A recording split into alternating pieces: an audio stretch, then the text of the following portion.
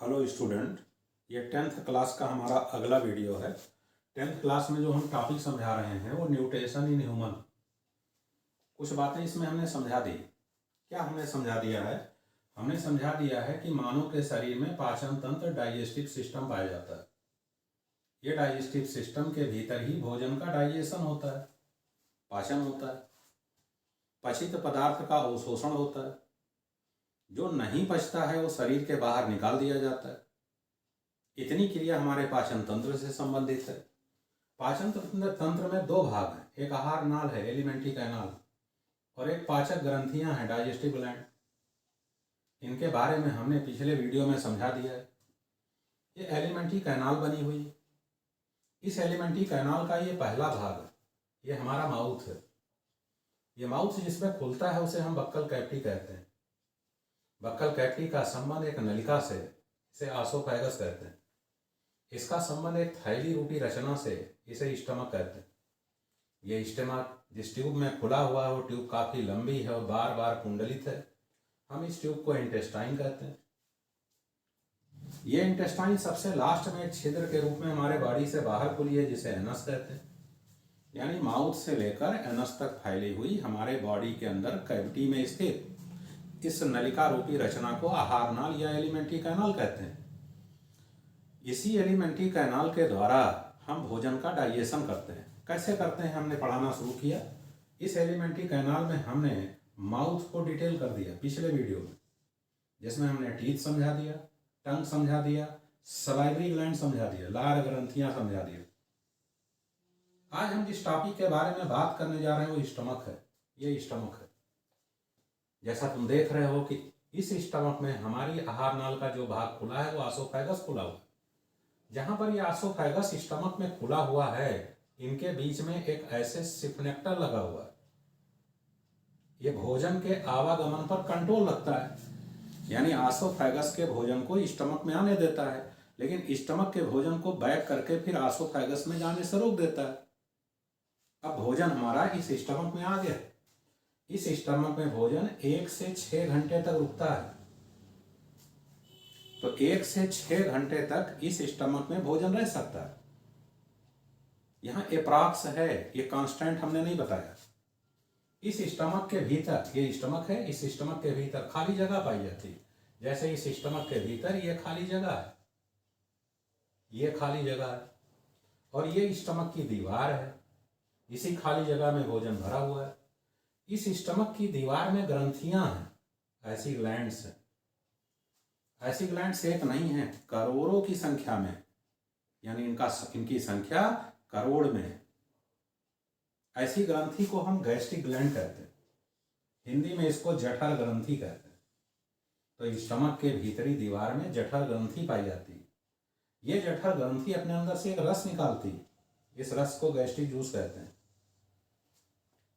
रस को gastric juice कहते हैं। गैस्ट्रिक जूस निकलने से हमारे स्टमक की दीवार संकुचन करती, जिससे गैस्ट्रिक जूस हमारे भोजन पर मिक्सअप हो जाता है और अब हमारा भोजन थोड़ा सा लिक्विड के फॉर्म में चला जाता है। हम ऐसे फॉर्म को काइम कहते हैं। यानी भोजन का फिजिकल स्टेट बदल गया। अब जो भोजन पहले सॉलिड था, अब वो सॉलिड से थोड़ा सा सेमी सॉलिड हो गया, क्योंकि उसमें गैस्ट्रिक जूस मिल गया। अब ये भोजन हमारे स्टमक में स्थित है।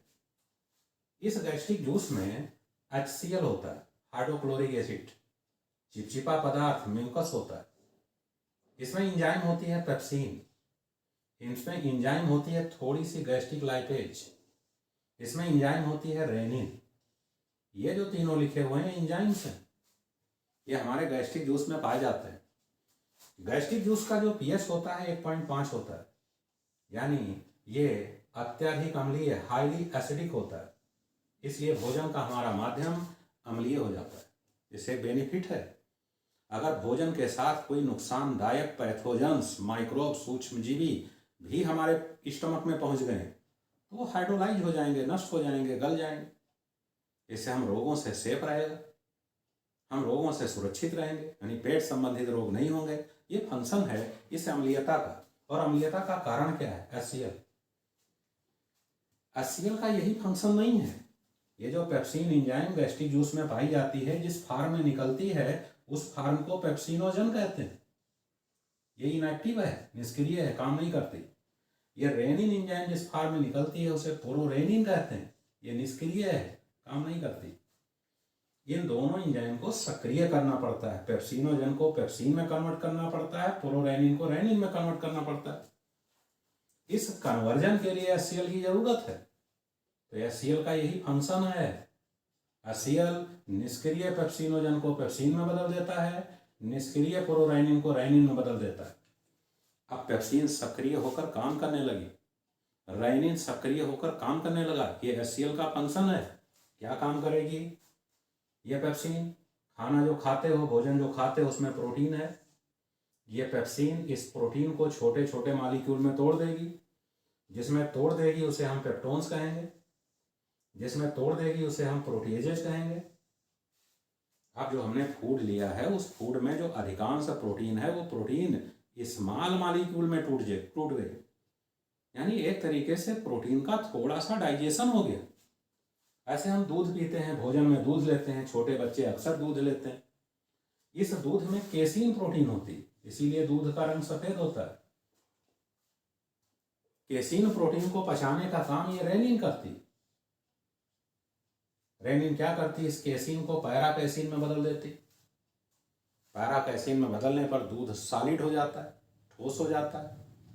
अब अगर ठोस हो जाता है तो स्टमक के भीतर काफी देर तक रुक सकता है।